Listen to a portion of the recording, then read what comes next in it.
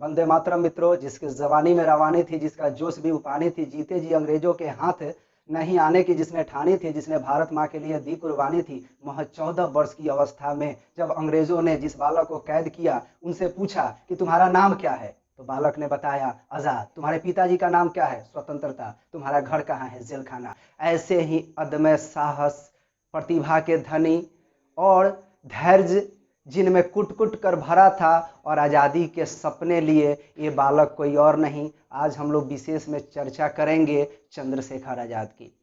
चंद्रशेखर आज़ाद का जन्म मध्य प्रदेश में एक गांव है भाबड़ा, वहीं पर जन्म हुआ था। भाबड़ा जो है आदिवासी बहुल क्षेत्र है, जहां पर भील जनजाति यानी भील आदिवासी लोग ज़्यादा रहते थे।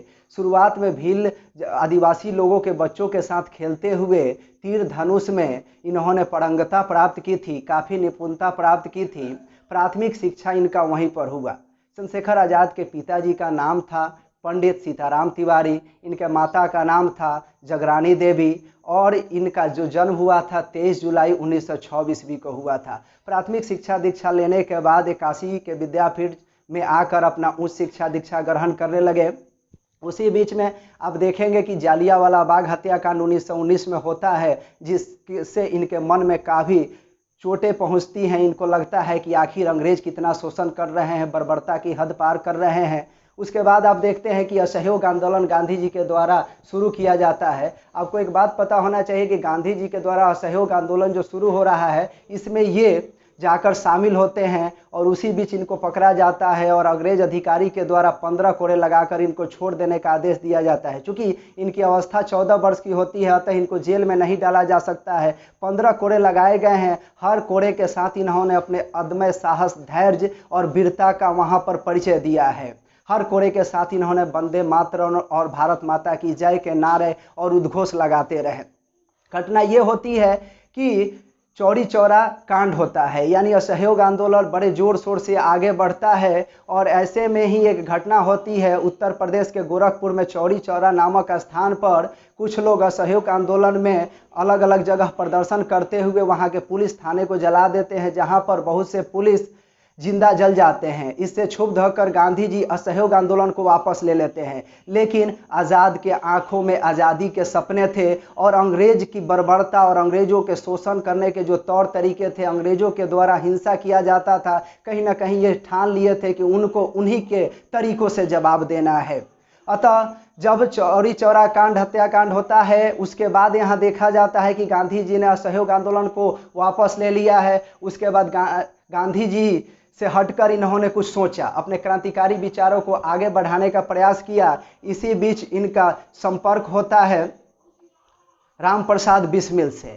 राम प्रसाद बिस्मिल से इनका संपर्क होता है। उस समय के अग्रणी क्रांतिकारी नेता राम प्रसाद बिस्मिल थे, जो इनके समर्पण यानी चंद्रशेखर आज़ाद के समर्पण और कुछ कर गुजरने की तमन्ना और राष्ट्र के लिए जो इनके अंदर एक ललक थी और अपने जीवन को न्यौछावर करने की तमन्ना लिए हुए, आज़ादी के सपने लिए हुए ये जगते सोते थे। अतः राम प्रसाद बिस्मिल इनसे काफ़ी प्रभावित हुए। राम प्रसाद बिस्मिल इनको क्विक सिल्वर यानी पाड़ा कहते थे, यानी इनसे उम्मीद था कि इनको किसी भी कार्य योजना पर तुरंत दे दो, ये तुरंत उस कार्य योजना को पूरा कर देते थे। अब मिलकर ये लोग राम प्रसाद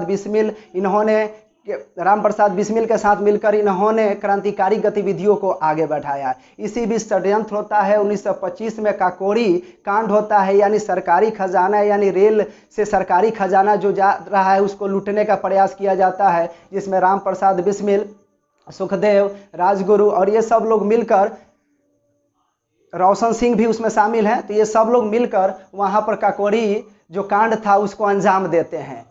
चंद्रशेखर आज़ाद की एक अद्भुत क्षमता ये थी कि अपना ये रूप बदलने में काफ़ी माहिर थे। अपना रूप ये बदल लेते थे और अपने कार्य योजना को सफल भी कर लेते थे, तथा किसी भी अंग्रेज का कोई भी अगर लेखा जोखा है या वो क्या प्लानिंग कर रहे हैं, इन सब की सूचना ये हासिल कर आते थे और कोई पकड़ भी नहीं पाता था कि यही चंद्रशेखर आज़ाद है।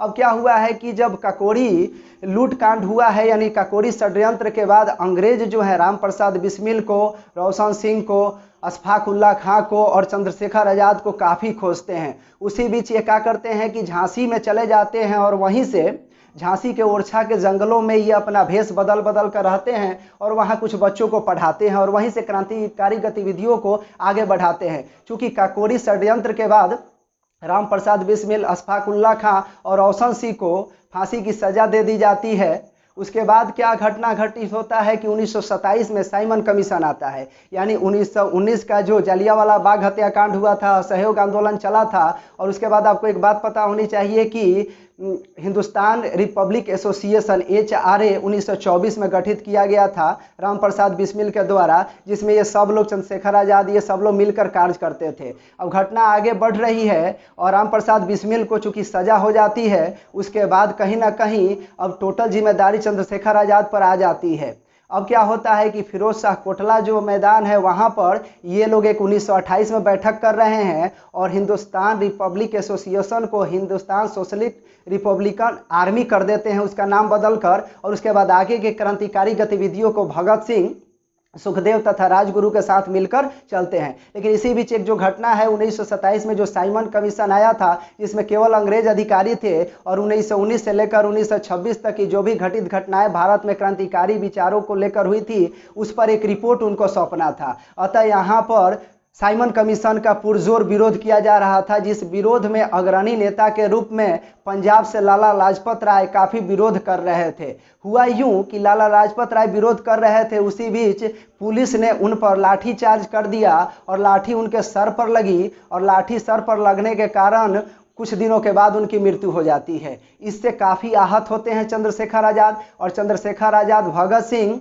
तथा राजगुरु मिलकर, जो उस समय सैंडर्स जो अधीक्षक था, पुलिस अधीक्षक था, उसको मारने का प्लानिंग बनाते हैं और लाहौर में उसका जो ऑफिस है वहाँ चले जाते हैं। जब सैंडर्स अपने ऑफिस से निकलता है अपने अंगरक्षक के साथ, जब सैंडर्स अंगरक्षक के साथ निकलता है तो पहली गोली राजगुरु सैंडर्स के सर में मारते हैं। कुछ दूर आगे बढ़ने पर जैसे ही सैंडर्स गिरता है, उसके बाद भगत सिंह 4-5 गोलियां मारते हैं और उसको ठंडा कर देते हैं। फिर उसका अंगरक्षक जो होता है इन लोगों को चपेटने का प्रयास करता है, तो उस समय चंद्रशेखर आज़ाद उसके अंगरक्षक को मार देते हैं। इस घटना के बाद जगह जगह पर पर्चे चिपकाए गए और बताया गया कि लाला लाजपत राय का जो हत्या था उसका बदला ले लिया गया है। इसके बाद घटना आगे बढ़ रही है। उसके बाद अंग्रेज क्रांतिकारी गतिविधियों को दबाने के लिए इन सब लोगों को बहुत ज़्यादा खोज रहे हैं। अब हुआ यूं कि अब इसके बाद काफ़ी क्रांतिकारी गतिविधियों में तेजी आई, क्योंकि उस समय भगत सिंह और चंद्रशेखर आज़ाद बेहतर ढंग से मिलकर क्रांतिकारी गतिविधियों को क्रियान्वित कर रहे थे। इनके आंखों में एक सपना था, इनको न लालच था कि कोई पद चाहिए, ओहदा चाहिए, इनको बस चाहिए था तो भारत माता की आज़ादी चाहिए था, देशवासियों को आज़ादी चाहिए था, इनको शोषण गुलामी को अपने देश से हटाना था। 1928 में फिरोज शाह कोटला में हिंदुस्तान सोशलिस्ट रिपब्लिकन आर्मी का जो गठन होता है, उसके बाद आगे की क्रियाकलाप बढ़ती है। उसके बाद 1929 में घटना घटती है कि एक अंग्रेज सेफ्टी बिल लाते हैं। सेफ्टी बिल में यह घोषणा किया रहता है कि किसी को कभी भी गिरफ्तार किया जा सकता है। अतः चंद्रशेखर आज़ाद इसका विरोध करने का सोचते हैं। उसके बाद ये लोग एक योजना बनाते हैं जिसमें आगे बढ़कर भगत सिंह, राजगुरु इस योजना को अंजाम देने का जिम्मा स्वीकारते हैं तथा दिल्ली के जो सेंट्रल असेंबली था वहाँ पर ये लोग जाते हैं और वहाँ पर बम फेंकते हैं। इस योजना का एक पार्ट था कि बम फेंकना है तो किसी को हताहत नहीं करना है, किसी को मारना नहीं है।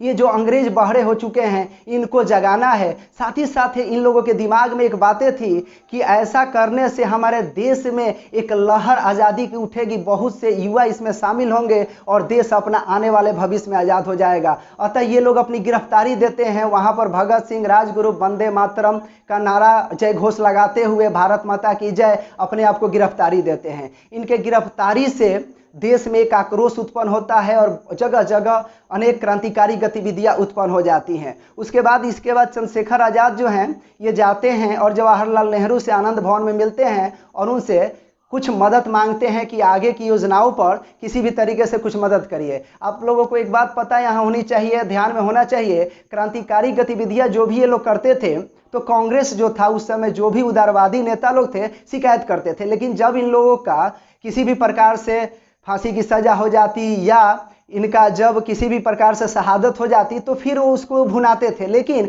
जब ये लोग संघर्ष करते थे तो ये लोग मदद नहीं करते थे। काश संघर्ष के समय मदद किए होते तो आज़ादी पहले भी मिलती और बेहतर ढंग से मिलती।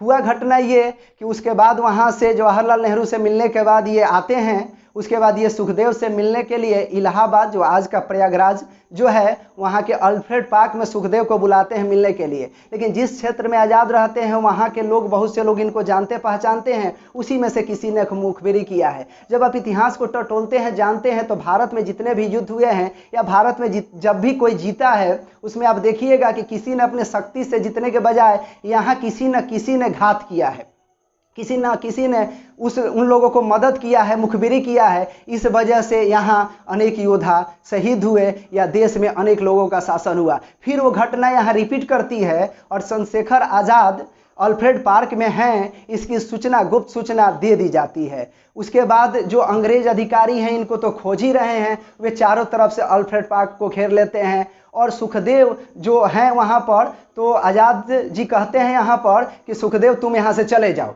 यानी सुखदेव को चंद्रशेखर आज़ाद वहाँ से किसी तरीके से भगा देते हैं और उन्होंने एक प्रण किया था कि जीते जी अंग्रेज मुझे पकड़ नहीं सकते हैं, यानी मैं जब तक जिंदा रहूँगा अंग्रेजों के हाथ नहीं आऊँगा।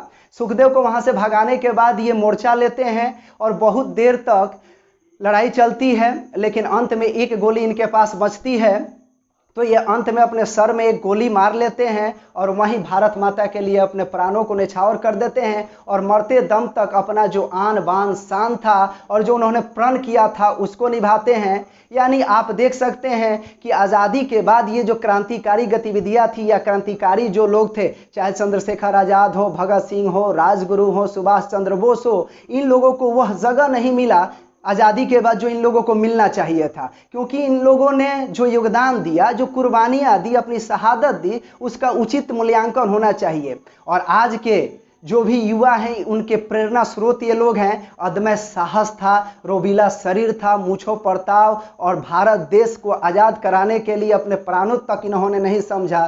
Thanks for watching. जय हिंद, जय भारत।